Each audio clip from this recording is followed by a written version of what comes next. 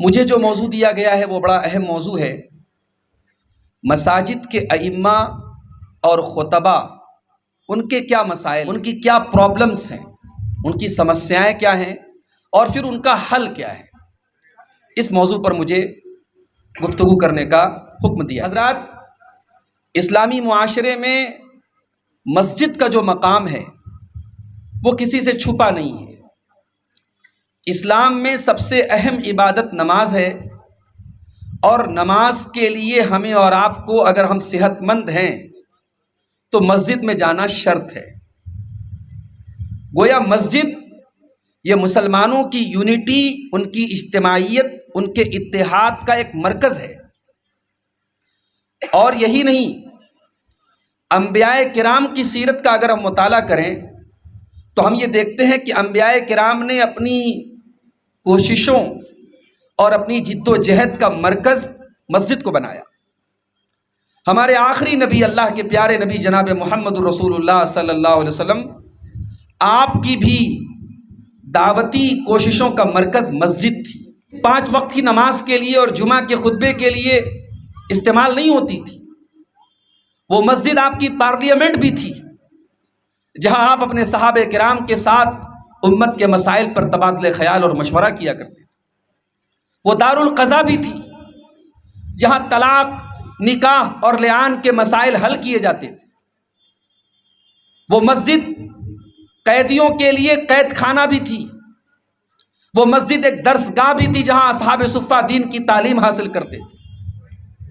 وہ مسجد ایک فتویٰ سینٹر بھی تھی، جہاں صحابہ کرام اور صحابیات آ کر کے اپنے دینی مسائل کو حل کرتے تھے۔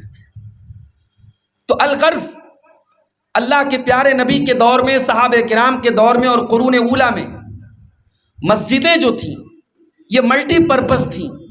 ان کے بہت سارے مقاصد تھے، اور مسجدیں اپنے کردار اور اپنے رول کو بہت اچھی طریقے سے ادا کرتی تھیں۔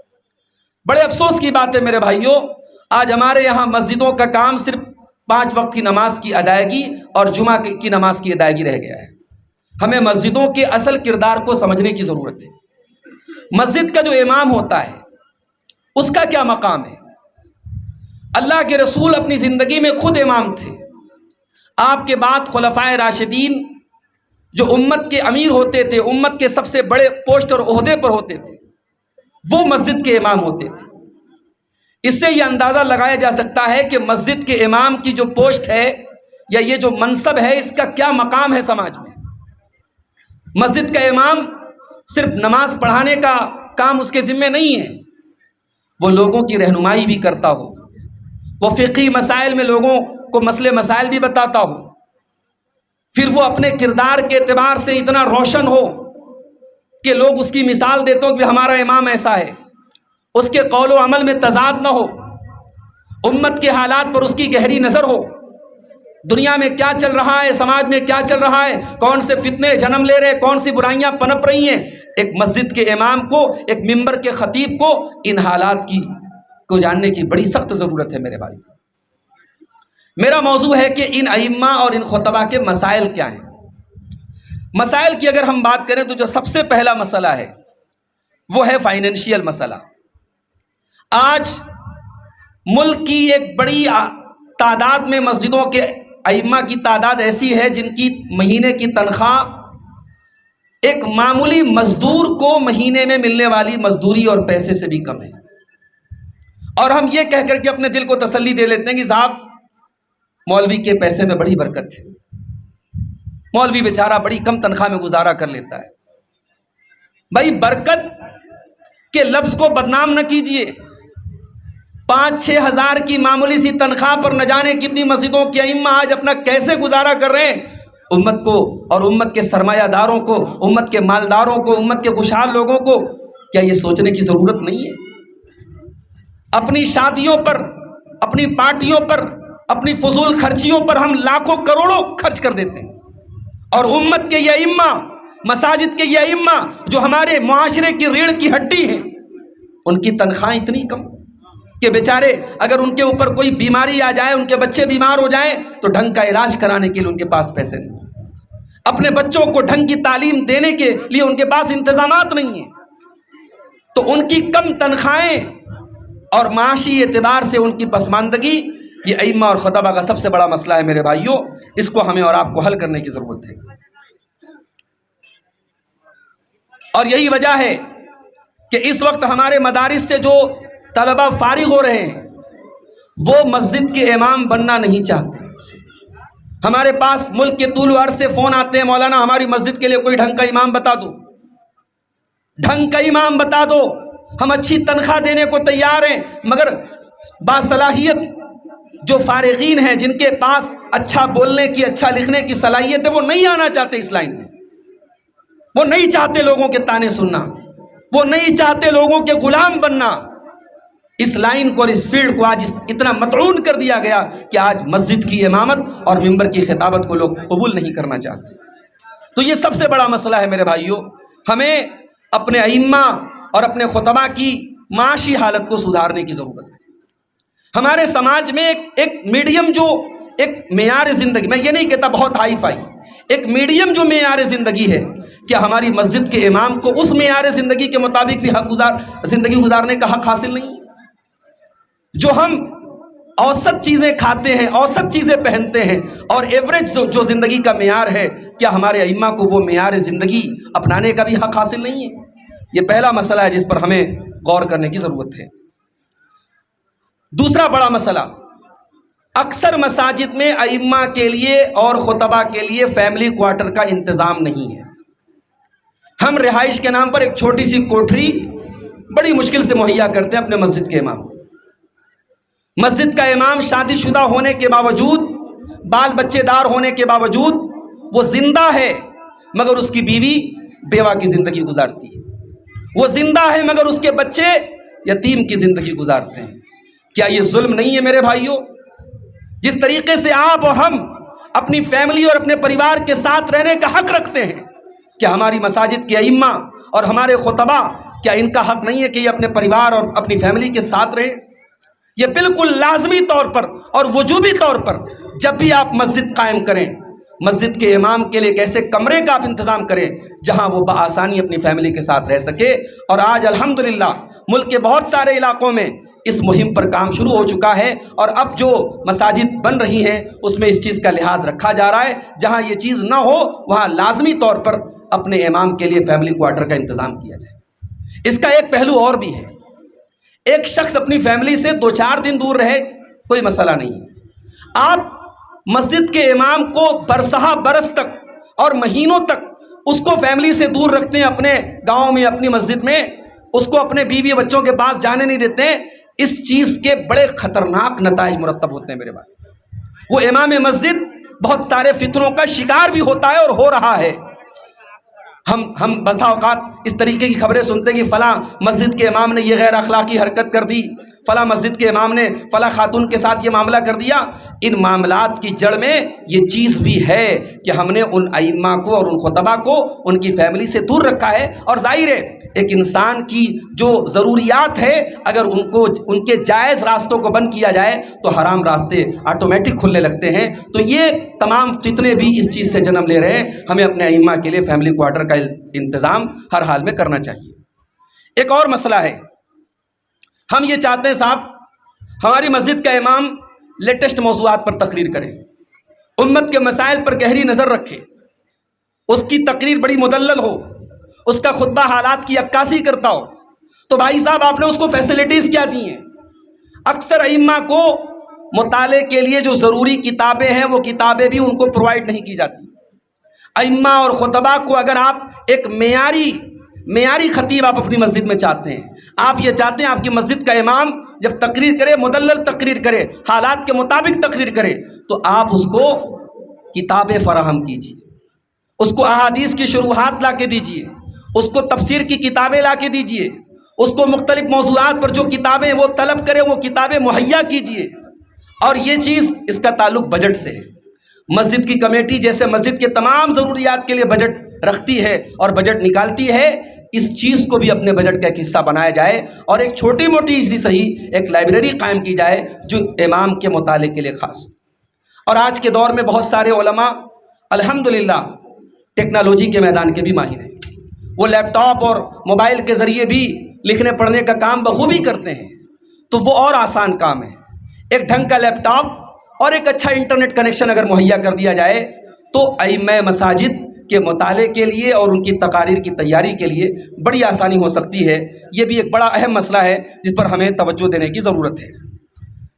ایک بڑا مسئلہ مساجد کی جو کمیٹیاں ہیں، وہ کمیٹیاں بسا اوقات ائمہ کا استحصال کرتی ہیں، انہیں پریشان کرتی ہیں، انہیں ضروری چیزوں کے لیے چھٹیاں نہیں دیتی ہیں، ذرا ذرا سی باتوں پر ان کی تنخواہیں کاٹتی ہیں، اور کبھی کبھی ان کی تنخواہوں میں بڑی تاخیر کی جاتی ہے.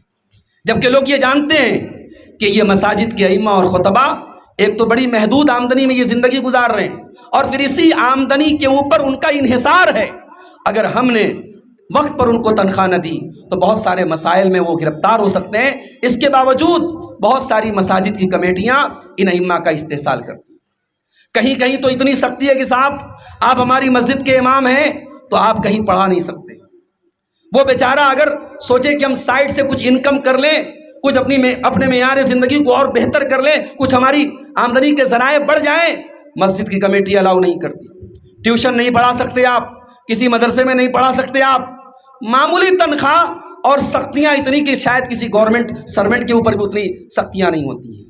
میرے بھائیوں، مساجد کی جو کمیٹیاں ہیں ان کے ذمہ دار عام طور سے کوئی سرمایہ دار ہوتے ہیں، کوئی گاؤں کے بڑے لوگ ہوتے ہیں، شہر کے وزندار لوگ ہوتے ہیں. وہ تعلیمی اعتبار سے بڑے لائق فائق لوگ نہیں ہوتے. وہ اس امام پر روب گانٹتے ہیں جس نے 10-12 سال مدرسے میں زندگی گزاری ہے، جس نے اساتذہ سے تعلیم حاصل کی ہے، جو علم میں صلاحیت میں ان جاہل کمیٹی کے ذمہ داروں سے کہیں زیادہ آگے ہے. اور یہ سیٹھ لوگ، یہ ذمہ دار لوگ اس کے اوپر روب چھاڑتے ہیں، اسے غلام بنا کے رکھتے ہیں، اسے بدتمیزی اور بیہودہ پن سے اسے مخاطب کرتے ہیں. یہ بہت بڑا استحصال ہے جس پر آج ہمیں اور آپ کو غور کرنے کی ضرورت ہے، اور ائمہ مساجد کو ان کا حق دلانے کی ضرورت ہے. اسی طریقے سے ایک بڑا مسئلہ یہ بھی ہے کہ کہیں اگر کوئی پروگرام ہوتا ہے، کوئی اجلاس ہوتا ہے اور اس میں باہر کے علماء آتے ہیں تو ہم یہ منظر بھی ہم دیکھتے ہیں کہ باہر کے علماء کی تو ماشاء اللہ بڑی پذیرائی ہے اور ہونی بھی چاہیے، لیکن جو اس محلے کا، اس علاقے کا جو امام ہے اس کے ساتھ بڑی ناانصافی ہوتی ہے، اس کی بڑی حوصلہ شکنی ہوتی ہے. جو بیچارہ سال بھر آپ کی مسجد پہ خطبہ دے رہا ہے، آپ کے محلے میں، آپ کے گاؤں میں پروگرام ہوا، آپ اس اسٹیج پر اسے 5-10 منٹ بولنے کا بھی حقدار نہیں سمجھتے ہیں. کیا یہ ظلم نہیں ہے میرے بھائی؟ اس امام مسجد کی حوصلہ شکنی کرنا، اس کے حوصلے کو توڑنا، اسے نیچا دکھانا اور باہر سے آنے والے مہمانوں کے سامنے اس کو کوئی وقت نہ دینا، کیا یہ ظلم نہیں ہے؟ اس پہلو پر بھی ہمیں غور کرنے کی ضرورت ہے. ائمہ مساجد کے ساتھ یہ ظلم بھی ہو رہا ہے. اسی طریقے سے ہم یہ دیکھتے ہیں کہ ہمارے ہاں جب کوئی شادی وغیرہ ہوتی ہے، کوئی تقریب ہوتی ہے، تو ہم اس تقریب میں، اس شادی بیاہ میں، اس دعوت میں ہم تمام لوگوں کو شریک کرتے ہیں. امام صاحب کو ہم تب بلاتے ہیں جب ہمیں نکاح پڑھوانا ہو. امام آپ کے معاشرے کا ایک اہم فرد ہے، اپنے خوشی اور غم میں آپ شریک کریں اسے. اور امام کو بھی چاہیے کہ وہ صرف ایک کھانا پوری نہ کرے، اسے یہ احساس نہ ہو کہ میں تنخواہ پا رہا ہوں 5 ٹائم کی نماز کا. وہ اس سماج کا ایک حصہ بنے، اس سماج کے سکھ دکھ کا ایک حصہ بنے. اللہ کے پیارے نبی صلی اللہ علیہ وسلم صحابہ کرام کے ساتھ کیسے رہتے تھے میرے بھائیوں؟ اگر کبھی کوئی صحابی مسجد میں نظر نہ آتا، اللہ کے نبی اس کا حال دریافت کرتے. اگر معلوم ہوتا کہ وہ بیمار ہے، اللہ کے پیارے حبیب اس کی تیمارداری کے لیے جاتے. آپ لوگوں کے حالات پر نظر رکھتے. تو ایک امام مسجد کو اور ایک خطیب منبر کو یہ چاہیے کہ وہ لوگوں کی زمین کے مسائل سے جڑے، لوگوں کی خوشی اور غم میں شریک ہو، اور لوگ بھی اسے اپنے گھر کا اور اپنے خاندان کا ایک فرد سمجھیں. اسی طریقے سے ائمہ اور خطبہ کے مسائل میں ایک بڑا مسئلہ یہ بھی ہے کہ شہر اور علاقے کے جو ائمہ ہوتے ہیں ان کا آپس میں کوئی ربط نہیں ہوتا. جبکہ آج بہت آسان ہے، آج واٹس ایپ پر کوئی گروپ بنایا جا سکتا ہے، آج ٹیلی گرام پر کوئی چینل بنایا جا سکتا ہے جس میں مان لیجیے ارریہ کا علاقہ ہے، کٹیہار کا علاقہ ہے، سیمانچل کا علاقہ ہے، پورے علاقے کے جو ائمہ ہیں ان کا ایک پلیٹ فارم ہو، ایک گروپ ہو جس میں تمام مساجد کے ائمہ اور خطبہ جڑے ہوں. اس سے کئی ایک فائدے ہیں. بسا اوقات ایسا ہوتا ہے کسی امام کے ساتھ کوئی مسئلہ ہے تو اس مسئلے سے سب کو واقفیت ہو جاتی ہے اور لوگ ایک دوسرے کا تعاون بھی کر سکتے ہیں. اور دوسری چیز ہے کہ کبھی کبھی ایسا بھی ہوتا ہے کہ کوئی ایک موضوع پر تمام مساجد میں خطبہ دینے کی ضرورت، کوئی ایسا موضوع ہوتا ہے جو وقت کی ضرورت ہوتی ہے، جو بڑا حساس موضوع ہوتا ہے، اگر اس طریقے کا متحدہ پلیٹ فارم ہو تو تمام ائمہ اس ایک موضوع پر بیک وقت خطاب کر سکتے ہیں۔ اس طریقے کا ایک متحدہ پلیٹ فارم بھی ائمہ کا ہونا چاہیے۔ اور آخری چیز یہ ہے میرے بھائیوں کہ ائمہ اور خطبہ بھی انسان ہوتے ہیں، ان کے ساتھ بھی مسائل ہوتے ہیں، ان کے ساتھ بھی مشکلات ہوتی ہیں۔ ہم اور آپ ان کو اپنے سے بڑی مخلوق کیوں سمجھتے ہیں؟ اگر کسی دن ایسا ہوا کہ امام صاحب کی فجر کی نماز میں نیند نہ کھل سکی تو مسجد کا ہر آدمی ان سے محاسبہ کرنے لگتا ہے۔ انسان ہونے کے ناطے کبھی ایسا ہو سکتا ہے کہ وہ سوئے رہ گئے، کبھی ایسا ہو سکتا ہے کسی ضرورت سے مارکیٹ گئے اور ایک وقت کی نماز میں وہ وقت پر حاضر نہ ہو پائے، کسی اور کو نماز پڑھانا پڑ گیا۔ اس طریقے کی چھوٹی چھوٹی چیزوں کے لیے امام کی جس قدر گرفت کی جاتی ہے اور جس قدر حساب لیا جاتا ہے، یہ بڑا ہی مذموم طریقہ ہے میرے بھائیوں۔ ہمیں ائمہ کی ضروریات اور ان کے بشری تقاضوں کو سمجھنے کی ضرورت ہے۔ بڑے افسوس کے ساتھ کہنا پڑتا ہے بعض ائمہ ساری زندگی مسجد میں امامت کراتے ہیں اور عمر کے جب اس مرحلے میں پہنچتے ہیں جب بدن کمزور ہو جاتا ہے اور اللہ نہ کرے کسی بڑی بیماری میں مبتلا ہو جاتے ہیں تو دوا علاج کے لیے وہ لوگوں کے در در جا کے بھیک مانگتے ہیں۔ ہمیں کوئی ایسا نظام بھی بنانا پڑے گا، ایک گورنمنٹ نوکری کرنے والا، سرکاری نوکری کرنے والا جب ریٹائر ہوتا ہے 60 سال کے بعد، اس کے لیے پینشن کا انتظام ہے، اس کے مستقبل کے لیے ایک سہارا ہے۔ وہ امام مسجد جس نے ساری زندگی آپ کے بچوں کو قرآن پڑھایا، آپ کو ممبر سے تقریریں کر کے آپ کے معاشرے کی اصلاح کی اور آپ کو نماز پڑھاتا رہا، آج عمر کے جب اس مرحلے پر ہے، جب وہ کمزور ہو چکا ہے، ریٹائر ہو چکا ہے، کام کرنے کے لائق نہیں ہے، تو وہ بیچارہ نان شبینہ کے لیے دوسروں کا محتاج ہو جائے، دوا علاج کے لیے دوسروں کا محتاج ہو جائے، لوگوں سے مدد مانگتا پھرے، یہ طریقہ مناسب نہیں ہے میرے بھائی۔ ہم نے اس معاشرے میں ان ائمہ کو دیکھا جن کی جوان لڑکیاں ہیں، ان کی شادیوں کے لیے ہم نے لوگوں کو بھیک مانگتے دیکھا۔ ابھی آج ایک صاحب میرے پاس آئے، مولانا میری 3 بیٹیاں ہیں، غریب آدمی ہوں، مسجد میں نماز پڑھاتا ہوں، رمضان میں میں حافظ نہیں ہوں، 3-4 پارے یاد ہیں، میں رمضان میں تراویح بھی پڑھاتا ہوں۔ اب لوگوں کو اس پر بھی اعتراض ہے کہ نہیں ہم حافظ کو لائیں گے، آپ حافظ نہیں ہیں، اب حافظ کو لا کے تراویح پڑھائیں گے اور رمضان میں اس امام صاحب کو بیچارے کو جو ہدیہ وغیرہ ملتا ہے وہ اس کو نہیں ملے گا۔ وہ درد انہوں نے آ کے مجھے بیان کیا۔ میرے بھائیوں، ہم اپنے ائمہ اور اپنے خطبہ کی ان کو معاشی اعتبار سے اتنا فارغ کر دیں کہ وہ کسی کے محتاج نہ رہیں۔ یہ چند مسائل اور اس کے تعلق سے چند دل کی باتیں تھی جو میں نے آپ کے سامنے رکھی ہیں۔ اللہ سے دعا ہے رب العالمین ہمیں اپنے ائمہ اور خطبہ کا احترام کرنے اور ان کا حق انہیں دینے کی توفیق عطا فرمائے۔ رب العالمین ہمیں علماء سے جڑنے کی، علماء حق سے جڑنے کی اور ان کی صحیح تعظیم و احترام کرنے کی توفیق عطا فرمائے۔ آمین وآخر دعوانا الحمدللہ رب العالمین والسلام علیکم ورحمۃ اللہ وبرکاتہ۔ شکراً، جزاکم اللہ۔ اب اس کے بعد آج کی اس پروگرام پہ تاثراتی کلمات